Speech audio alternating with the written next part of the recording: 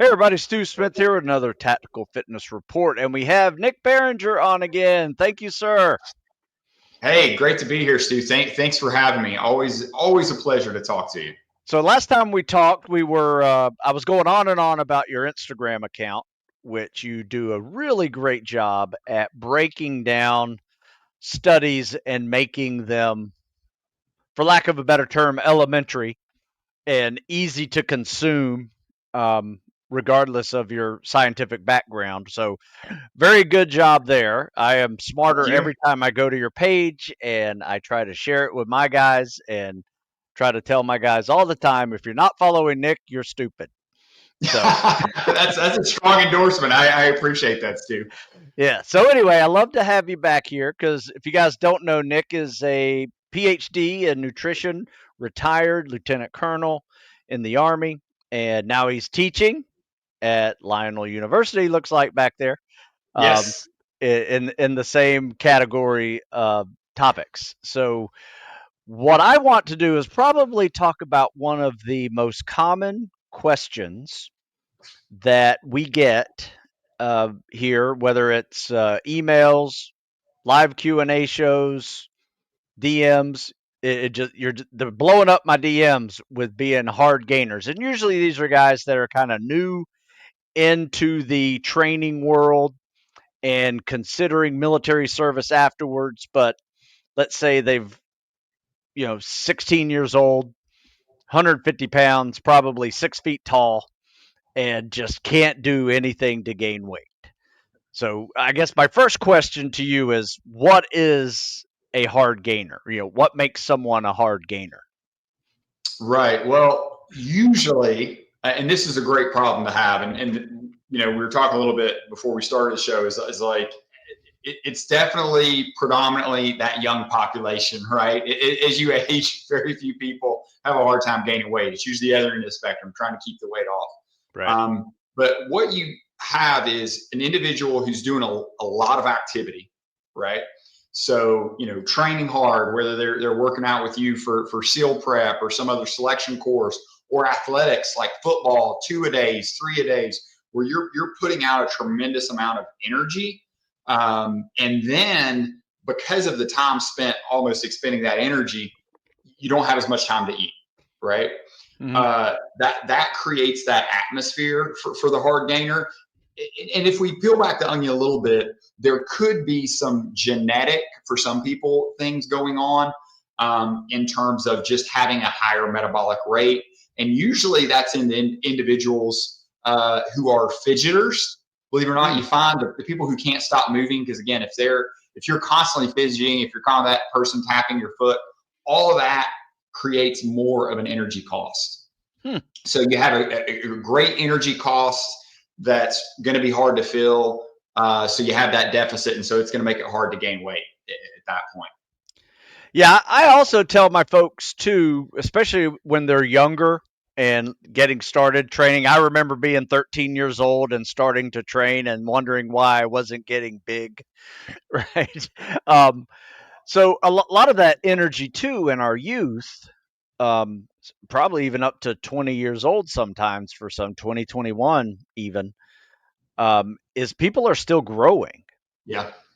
So a lot of that energy is being spent going to bones and other soft tissue, and you just don't have the ability to put on muscle given your current caloric intake.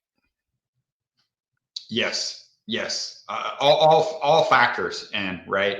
Because again, now we're talking. You're exercising, you're doing this training, and you're also growing. So the amount of calories it takes sometimes for that perfect storm of those individuals to gain weight, it's going to take a lot. And, that can be north of 3,500, 4,000, 5,000 calories, depending on the size of the individual. Whew. And when you look at that in food, that's a lot of food to Yeah. take in. Um, so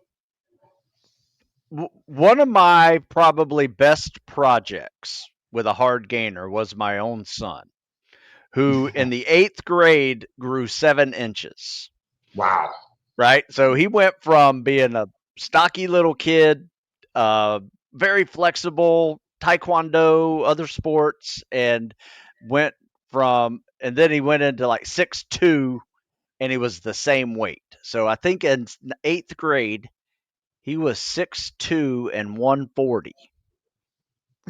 So Jeez. 140 pounds at 6'2". So as you look at him, you would say that's a hard gainer. Mhm. And the one thing I did was I always knew that sometimes, and you might be able to fill in exactly how this works, is that hard gainers kind of process protein a little differently than others.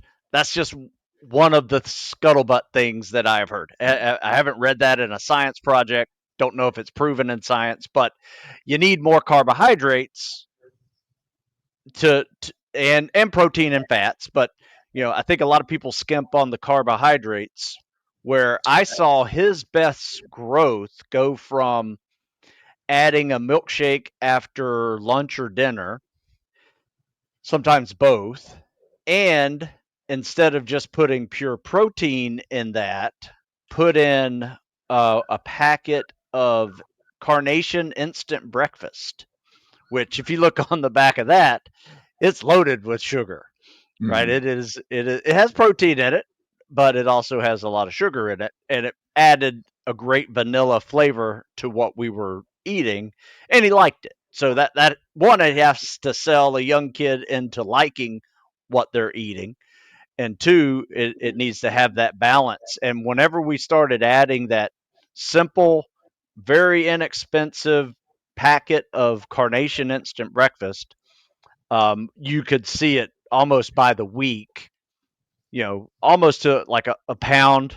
sometimes less than a pound a week of weight gain, in that. And you have to be patient because, that's, to gain 10 pounds is going to take you 3 months Right. if it's optimal. Yes. Yeah. To be patient. It's great advice. And then the research has actually shown exactly what you're talking about, Stu, in terms of the mistake a lot of people make is I need more protein.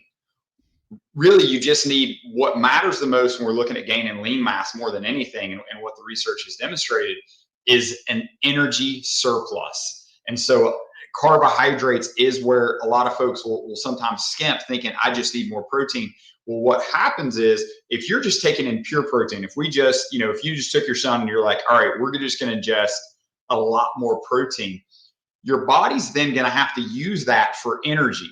And so you could actually teach your body to get really good at breaking down protein, Hmm. and via that deamination and gluconeogenesis, because it's going to break down that protein and use that for glucose. That's not what we want. If we Right. have adequate carbohydrates on board, now that protein can be used for anabolic processes, building that muscle tissue. That's what we want. So it's more about having an energy surplus than anything when we look at gaining weight. So don't skimp on the carbohydrates, because that's going to allow that protein you do take in to do what you want it to do, and that's build lean muscle mass versus breaking it down and using it as an energy source. Right. And fast forward on my son through the process of one of my favorite acronyms, SEAL, sleep, eat, and lift. He went from 6'2", 140 to 6'2", 195 by the time he was a senior in high school. So even then, it took 4 years to Yeah. really gain that kind of weight. And it was lean weight, it was muscle. You could actually tell it was useful uh, stuff. So once again, if you're young, you're going to probably be a hard gainer 9 times out of 10, especially if you're an active kid. But be patient and let's talk a little bit about breaking down that the macronutrients and creating a surplus. Do you have a recommendation of the surplus needed per day? Yes. Um, I mean, if you can create, anywhere from a, let's say, 300 to 500 calorie, surplus per day, that's going to kind of get you on that way you want to go. I would start, with that 300 calorie, just which I know doesn't sound like much, but again, to your point is you want to give it time.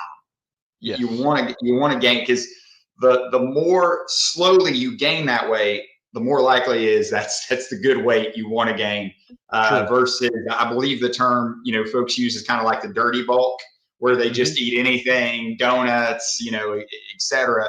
And you're getting a lot of fat mass with it, which for most athletes isn't going to be useful. Right. Now, if you're an offensive lineman, whatever, we can talk about that, right? Um, but I would say, shoot for that 300 calorie surplus. And the way to do that could be something as simple as adding an extra meal in, an Hmm. extra snack.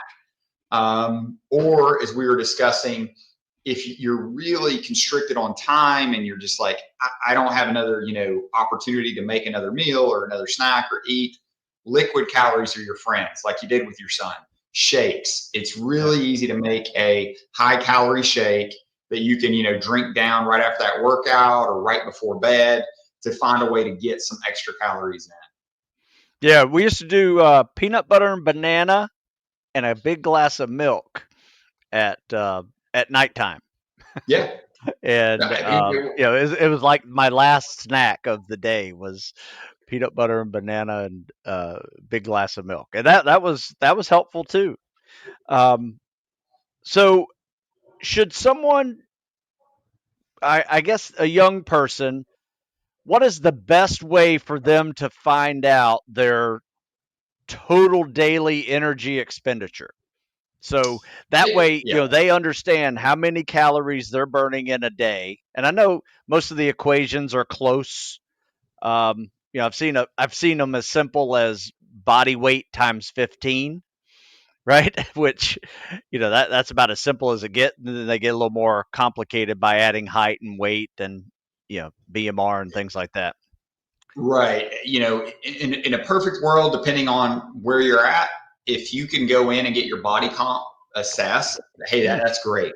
So if you have access to that to actually get, your basal metabolic rate, and then you can add, kind of an activity factor of how active you are to that's going to get you, as close as possible.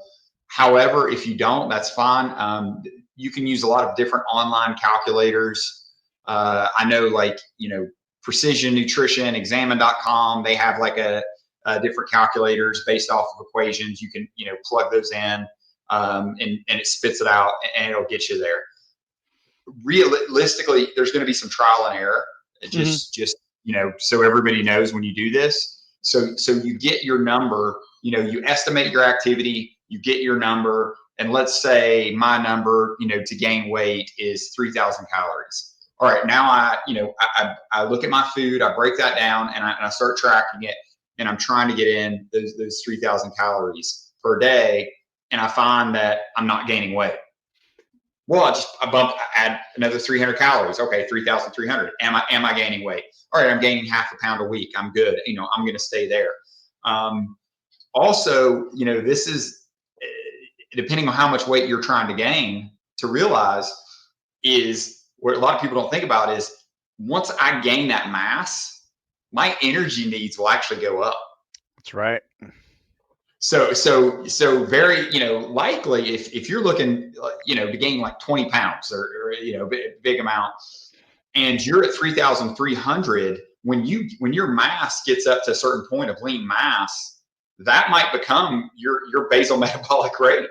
And so now you might have to go up to, and I know people who have a hard time eating more calories are going to hear this. Okay, now you get to go up to 3,500 and Mm. track it along there, and then, et cetera. So depending on how much mass you gain, remember, when you get larger, a larger individual just moving around burns more energy. So therefore, you're going to have to increase those calories to keep up with it. So you're not going to be Right. able to ride out that 3,300 indefinitely. You're going to hit an inflection point where you're going to have to go up again in calories.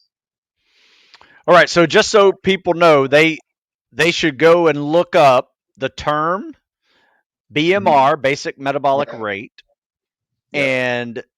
and total daily energy Energy expenditure. expenditure.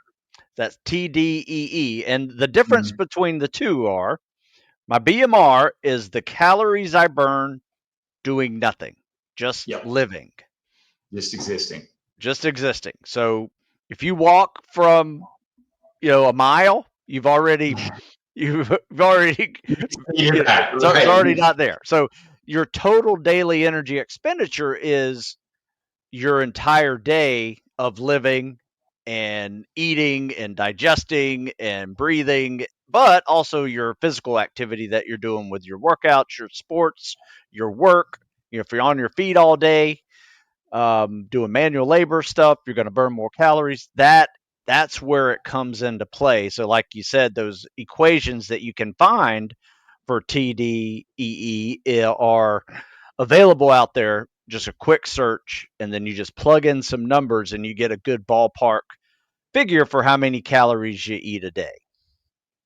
So Right. that's, And I, so that, yeah. I mean, I think a lot of people just say, "I'm just going to start taking shakes and going to start eating sandwiches before I go to bed, order a pizza, eat a whole pizza, and they just start adding calories kind of blindly.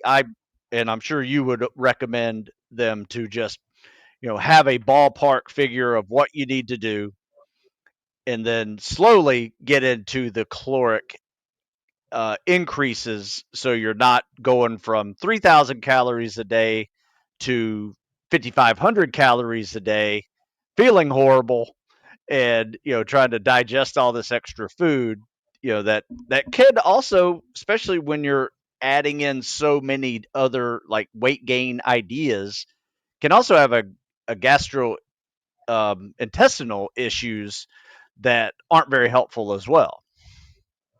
yes, no, that's a great point, Stu. And and I would challenge everybody who's looking at gaining weight because I don't think enough athletes really look at this in terms of some folks always feel like they need to get bigger, right? There, I mean, there is a dysmorphia with some Oh, athletes or sure. even like bodybuilders, probably most common is like bigger, bigger, bigger. And making sure that you have a performance metric tied to that outcome. Mm, So, I'm going to gain mass as long as, if I'm a weightlifter, I can keep moving more mass incrementally. If I reach a plateau or a point where I'm gaining mass, but I'm not moving more mass, I don't need to gain any more weight. I need to stop. Like no, mm, that mass is not benefiting me anymore.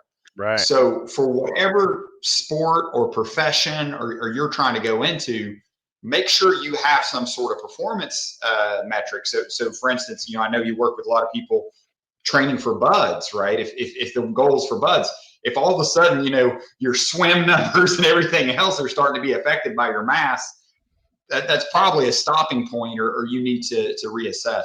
So I would say, have a metric for whatever your outcome is for gaining that mass and check it regularly as you gain weight, just to make sure, one, that mass is functional. But that two, you're not getting to a point where now it's actually impeding that progress that you were hoping that it would help with.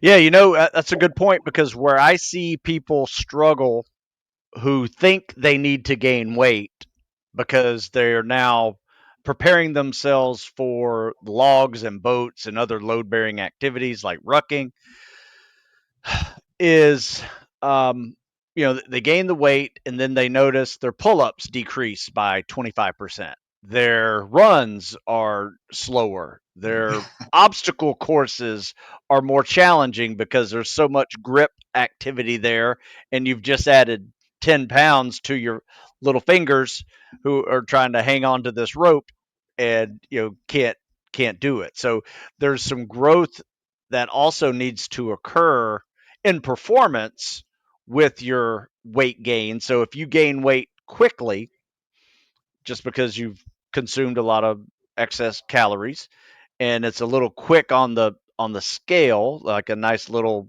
progression, you now have to, like you said, perhaps stop with the weight gain and get your performance up to that weight as it was, because that's a big difference, especially on the body weight exercises like pull-ups and running. activities Oh, like that. I mean, this had been years ago, but I remember at one point I was doing some training, and I went up 10 pounds in weight, and it was over a period of time. But I do remember the run in particular, our 2 mile run, like being like, woo, 10 pounds, going from 170 to 180, you feel it. And yeah, so you really have to look at where you are on those events. And is the juice worth the squeeze in terms of the weight gain? Yeah. On the reverse of this, I've seen some guys that were 220 who could do pull-ups and run well, and then they drop down to 200, and they're like, Right. "Oh man, I just took a weight vest off, and I am just killing it." So yeah, there's definitely a yin and yang to the weight gain um, process, and depending on your height largely, Yeah. there's an average that you should be, right? Yeah, yeah, the height and the frame. Looking at that, I mean, you brought up like with rucking and stuff. With the load carriage, I would look at you know if it's a standard load, what percentage of your body weight is that going to be, and then that might dictate whether you need to gain weight or not. If you're wearing a 60 or 80 pound ruck, and it's 60% or 70% of your body weight, that might be an individual I want to have them gain some mass Sure. so that mass is more in line with that ruck, um, versus somebody who's already big, and it's only 30% of your body weight. I'm not looking to put any mass on them. So, do you have any quick ideas for weight gain choices as far as food? Any particular supplements you recommend? Yeah. Outside of the macronutrients, do you just recommend doing the old seafood diet? You know, if I see Yeah. food, I will eat it. You did. Um, so, where are you on that spectrum? Well, we'll start with supplements really quickly. Is if you're not on creatine, I don't know what you're doing, right? If you're especially looking to gain lean mass, Yeah. I would say creatine is going to be a big one, and then kind of along those lines, some sort of shake that you want to add, whether that's a carbohydrate powder. You can make it on your own. You don't need to buy a commercial off the shelf Mm. powder for weight gain. I mean, you great example of Carnation instant breakfast, some peanut butter, some milk, a banana, Yep. boom, there you go. So certainly if I'm looking at supplements, I would look at creatine for weight gain, and then maybe some weight gain supplement if you're not going to mix it on your own. For foods, fats are going to be your friend because they're calorically dense, Yeah. along with those carbohydrates. So again, peanut butter is great because a couple tablespoons, boom, I just added 100 calories. Trail mix, right? Yeah. Yep. Dried fruit over whole fruit. You should still have whole fruit, but dried fruit as snacks, just because when I take out that water content, it's easier to eat more calories and get that in. So that's another one I have athletes, again, that hard gainer, I'm going to encourage them, dried mangoes over like regular mangoes, just because they're going to be able to consume more and get more calories in. Right. And my understanding of what you just said, all those listed are great snacks Mhm. to put in between large portion meals as well. Yes. So Yes. those aren't just like just eat this. This No, is no, no, these are no, no. I mean, supplemental to your carbohydrate, protein, fat meals that you might have second helpings of. right. Yeah. In So, order so to, yeah, yeah, your big meals are gonna be the basics. I want some sort of protein. If you're willing to eat an animal source protein, that's going to get you the most essential amino acids, kind of bang for your buck. Rice, carbohydrates, pasta in there as well, and then incorporating those good fats, the avocado, olive oil. Be generous with that. mm, Again, because those fats are really caloric dense, easy way to add a lot of calories. Making sure you're getting in enough fluids as well. yeah, But then the easiest place to probably add is the between meals. So calorically right. dense snack in combination with shakes and smoothies, or one or the other. No, that's really good. What do you think about grains? Because I will tell you, everybody who's talked about weight gain in my life has says eat a lot of pasta and get your rice and quinoa Yeah. and all these extra grains. I'm not opposed to eating grains and extra pastas. I just find it very filling to Mm-hmm. a point where it may in the long run cause me to eat less that meal versus having something a little less that takes up less space. Yes, and so again with weight gain, it's kind of funny because it goes against a little bit of what normally you're me as a dietitian is telling an individual, because I'm usually all about hey, let's get fiber, you want to be Yep. full, help with gastromotility. So with that, with the grains, especially if it's an individual and we're pushing 4,000, 5,000 calories, some of those grains we're looking at, hey, I want you to get the refined carbs, because that's just, it's going to have lower fiber in it. You're going to be able to Yeah. eat more, get those calories in. Okay. And so white rice, have at it, right? White bread, Okay. just the standard pasta. Again, these are kind of those extreme cases. I still Right. want you to get fiber in there. I still want you to get fruits and vegetables and all like that. But just understanding, to your point, Stu, is if I give you, a bunch of, let's say bread, fibrous bread that's, 5 grams of fiber per serving, you might be so full or whatever. It's harder for you to get those other snacks and meals in, versus if I give you a really low fiber option that's 1 gram or less per serving. Well, now you're not as full. It's going to be easier for you to consume those extra calories. Right.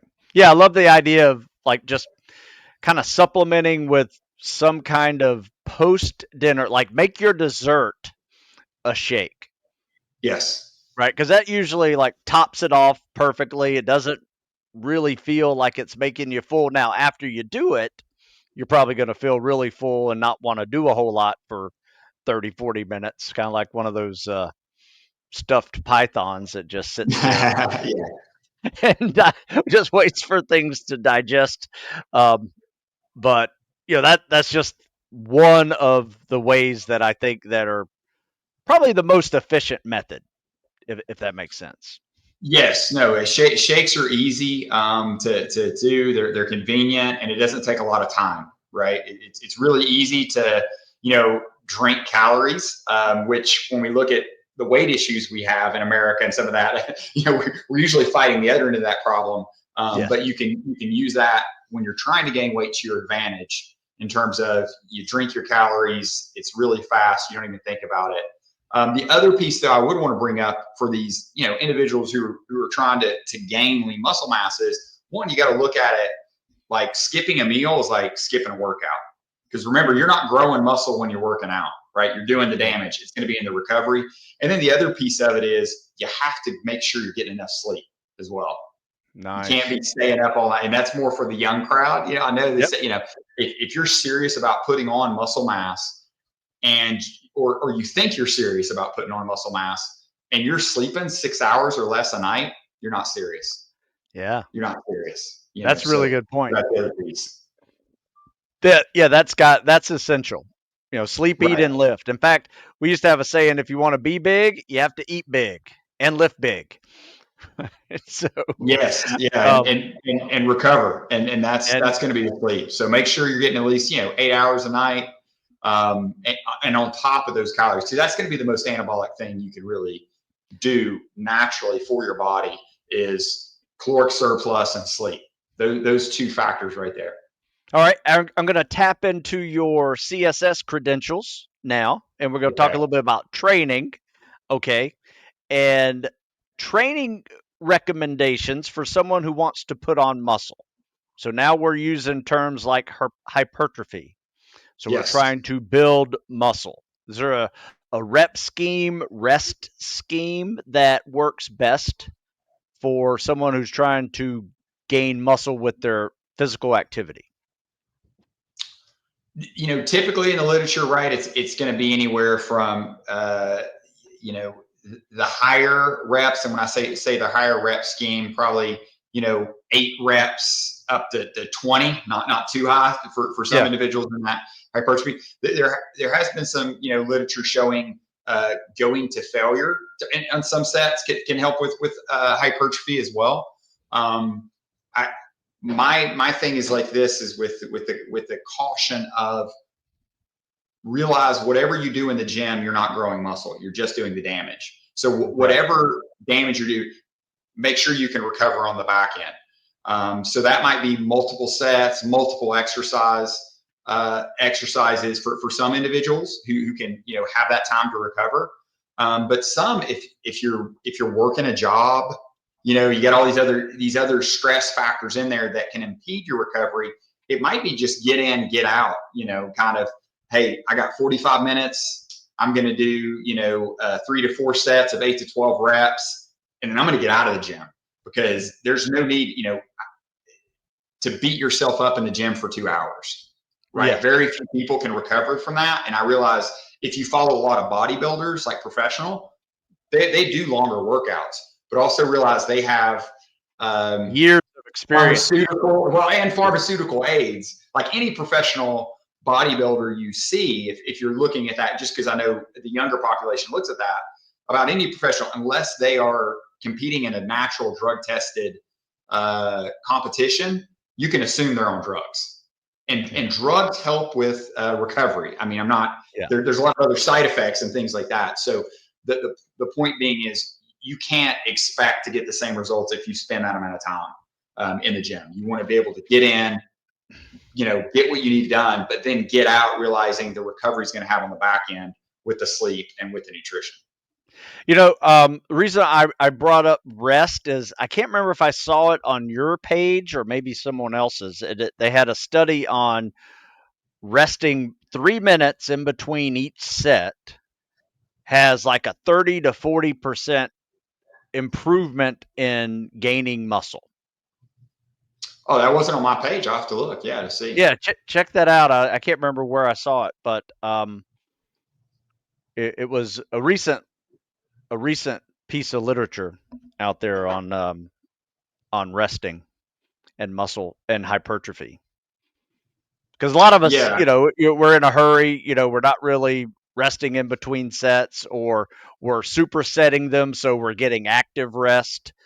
Talked a little bit about that, but active rest can be a way to get more for your time invested, but at the same time, an actual rest set to where you're fully recovered going into that next set, you're just able to um, utilize that muscle just a little bit better, and it yeah. I created mean, you're more. certainly going to be able to handle heavier loads, right? Yes. Yeah. So I would say, yeah, not only for those looking for hypertrophy, but if it's also a Strength strength gain. component you want Yeah. with that hypertrophy, that rest would be most appropriate because you're going Yeah. to be able to handle a heavier load, 3 So, minutes after versus 1 or less. right. Oh yeah, absolutely. So would you recommend like a variety of split routines in there? Would you recommend like the bodybuilder split where you're doing push pull leg type of thing, or Yeah, upper lower? I think that's a great split. With strength and conditioning, you look at a lot of the literature, and I'm definitely not as well versed as I could be. I stay in I do a lot in the nutrition space. I do also work in the human performance space, but uh, what I've seen thus far is there are a lot of solutions kind of in terms of how you go about it, for different individuals and kind of what they prefer. And even like using the sport of bodybuilding is the simplest example is, you have a guy like a Jay Cutler, maybe I'm dating myself, Mr. Olympia, but is known for high volume, multiple sets. And so that's how he stimulated hypertrophy versus a guy like Dorian Yates, right, who is known for high intensity, get in, get out, didn't do a lot of multiple sets because he thought if I really stimulate the muscle, go to failure, and get out, I can recover better. And both of them, were highly successful at that. And so I think there is, some individual kind of like, what do you respond Sure. to? And then also, what do you enjoy? Right? Yeah. If I give you, I designed this perfect workout for you and I give it to you and you absolutely hate that split, right? You Yeah. dread going to the gym Same every goes day. for food. And it goes for food, right? It goes Yeah. for about everything in life. You gotta enjoy it. Um, Yeah. it's going to be problematic. So I would say also, find a routine that you enjoy, that gets you excited. You enjoy going to the gym. Yeah, there's going to be days that you might have to slog through it, but also find that split that you're feeling good, you're not too beat up, you're enjoying the exercise, and for some that might be a variety of constantly changing exercise, and for others it might be, hey, I've got my basics that I'm going to do every day. But I think you can't go wrong with balancing a push with a pull. All right. So let's do this. Thank you, by the way, for this Yep. explanation. It's been really good. Let's close it with a post on your Instagram. So we'll call this last little bit a commercial for your Instagram page, because if you're not following it, you're stupid. Maybe I should put that quote on my Instagram page. So yeah, here's the one that pertains to what we're doing. And Yes. struggling to gain weight as an athlete, science-backed strategies that actually work. And So this was by a you want to paper walk us by Annette Larson Meyer. Yes, great, yeah, you want great to walk us researcher. through this a little bit. Notice how he breaks it down in the description, all the things that you need, from fueling strategies to surplus, sweet spot, and target Yeah, gains. yeah. So this was a great, and again, I want to give Dr. Annette Larson Meyer. She's at Yep. Virginia Tech. If anybody's looking to go major in nutrition, her and Dr. Stella Volpe are there. Virginia Tech's got a great program, and I didn't go there as an undergrad, so I'm not a Hokie, but I can tell you, there's a guy, Clint Wattenberger, who's a dietitian there, performance dietitian. Virginia Tech's got a great nutrition program, so I'll throw that out there. Nice. But Okay. she did a great review of breaking down the research and finding kind of these common methods. And a lot of it's what we covered here, Right. in terms of, you know, don't dirty bulk, right? Like, don't eat a bunch of donuts and pizza at night, etc. Targeting those gains, and look at the target there that you have pulled up. We're talking half a pound to a pound a week, not much. And but if you do that, that's going to more than likely be mostly lean muscle mass, which is what Nice. we want, right?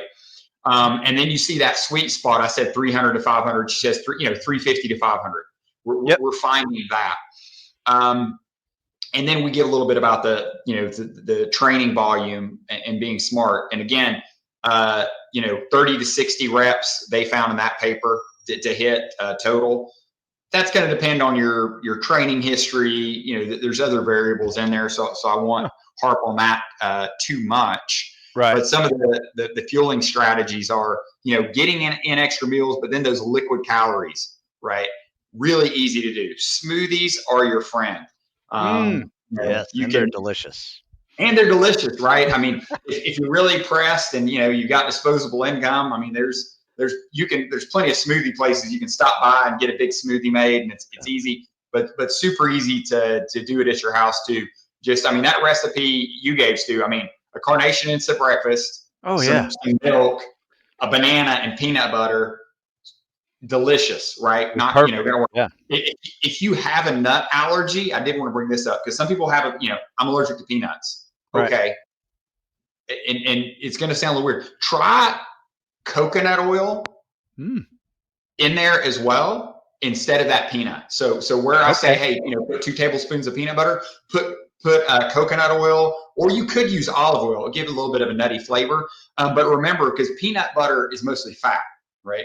So Right. you can replace that fat source with that, still have it calorically dense if you do have a nut allergy, just so you know. So if you're a nut allergy person, you're like, hey, I can't use any nuts, coconut oil, or, in a pinch, you can use olive oil. You can put it in your shake. You won't know the difference. A couple Gotcha. tablespoons. So that's where it's at. And, again, very, very easy breakdown. You'll notice the adequate protein, 1.2 to 2 grams per kilogram of body weight. Again, we're not going super high. We want to make sure you get enough in there. That's going to come out to about 0.8 grams per pound Yeah. of protein. but really it's the energy you want to get more of. So Okay. Yeah, that's awesome. Yeah, this is a great little guideline for anybody who's trying to figure out what I need to eat, when I need to eat it, and how I need to eat it for gaining weight. This is really good. Yeah. yeah, no, well, Great, hey, great breakdown. I'll do more. Again, I don't know how many people out there need to gain weight. It's definitely more people probably need to lose, but glad to put this research out there. I'm glad people are using it. And then if you like it, hey, give me feedback, or if there's any other topics you want me to cover. That's also the other thing that I'm always interested in is, what science do you want to hear about? So feel free to message Yeah. me. Yeah, he's great. He's very usually I send him an idea for a study and he has it up later that day in a nice little infographic, and he broke down one for the Navy SEAL training for us the other day. That was a fascinating little uh, analysis of all this physical activities, wasn't it? And Yeah, success that was and that how was a we can. great breakdown you sent. Now, what is amazing to me, and you probably appreciate this, any study that has Navy SEAL in it that I post, immediately you're guaranteed like it's gonna take off. I mean, That's so funny. I say it a bit tongue in cheek, but it's true. It's like if you look at my posts, anything with Navy SEAL training in it, Rangers we get a little bit, but Navy Hey, SEAL, yes, yeah, special ops, special forces. That's yeah, all yeah, good stuff oh, too. definitely, Yeah, definitely. yeah, I think what I get is so many, especially the studies where you can see what comprises those individuals. Everybody's trying to figure out, okay, what's the magic, and I think that interests elite athletes, corporate, et cetera. So yeah, papers like that are always fun to look at. no, I love it. I love it. Well, I won't take any more of your time. I do appreciate you coming on here again. You are a regular guest now, so I Yes. appreciate you spending some time with us and chatting with us because I get a lot of questions about nutrition, and I tell people right from the start I'm not a nutritionist, and you need to go check out Nick Barringer's page, and you can learn a lot of stuff about nutrition and breaking down physiology studies that are really difficult to sometimes read, and you do a really good job of just making it easy to comprehend. So No, bravo, thank sir. you. That I that's appreciate it. quality. I want to give a shout out. Thank you so much for this book. Make sure I get in there. I am I'm loving it so far. A lot of great stuff in here. So if anybody watching this doesn't have Stu's book, The Never Quit Mindset, highly recommend. I appreciate it. Sorry, I lost my microphone there. Yeah, no worries. Yeah. So yeah, my never quit mindset. That was a book I wrote this year, and it was tough. It was tough trying to put 25 years of coaching into a written word of doing something that is somewhat abstract, and it's not something I actually focused on coaching, but through coaching you can develop some of these mental toughness habits that will carry on for whatever goal that you set in the future. So thank you. No, it's great. Loving it. And again, recommend all the listeners. You got to get it. So Thank you. All right, so that's enough, and we'll have you back again, and I will send you stuff whenever I have questions and unique stuff that I find that I need a simpler breakdown. And I always appreciate your ability to do that. So thanks again, awesome. and we'll see you next time. Awesome. Thank you, Stu. Take care.